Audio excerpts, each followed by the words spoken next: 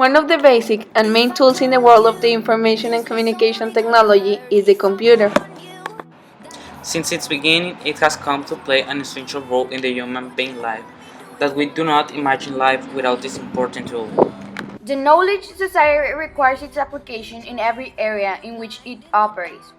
In industry, in medicine, in design, in commerce, in telecommunications, in video games, and in series of activities indispensable in the daily work of the human being.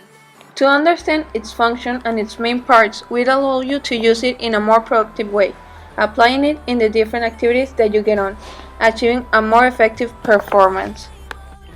Hardware is defined as a joint of components or physical devices that intertwine in a computer system. The computer is defined as an electronic device capable to interpret input and output orders, besides the process and store information.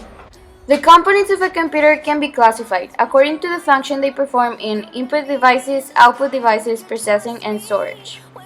Input devices are the ones from which the information is introduced to the computer to be processed or transformed. Some examples are keyboard, barcode reader, scanner, mouse, webcam, microphone, touchscreen, etc. The output devices are the ones that show to the user the data previously transformed or processed.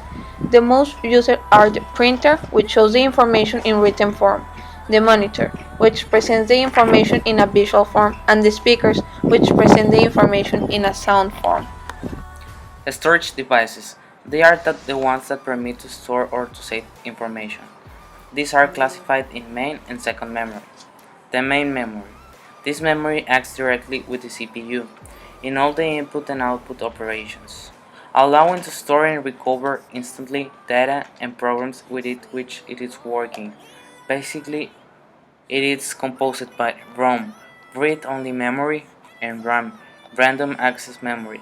The secondary memory, also called secondary storage, it permits to save programs and data in a permanent way. The most used storage devices are the hard disk, internal and external.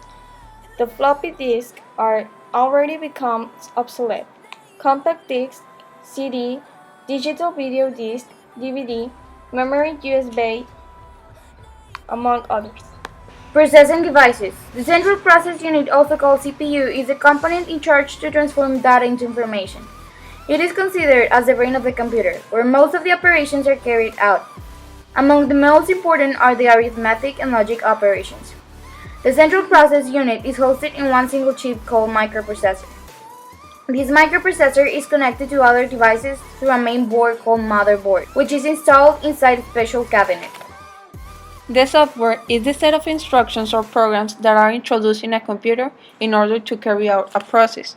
To order the great variety of software, this is classified in system software, which administrates and controls the operation of the hardware, and the application software, which permits to execute specific tasks from the user. The operative system can be classified in the following form. Multi-user. It permits two or more users to execute programs at the same time. Multitask. It permits to execute two or more programs or applications at the same time. Multiprocessing. Means of multiprocessing that have more than one processor which operates in the same memory but execute simultaneously processes.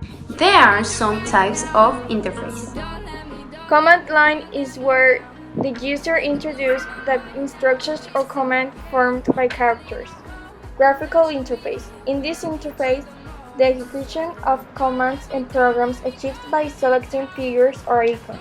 Windows is the operating system that dominates the market of computers. However, not only exists Windows for personal computers as operating system. Several competitors have appeared nowadays.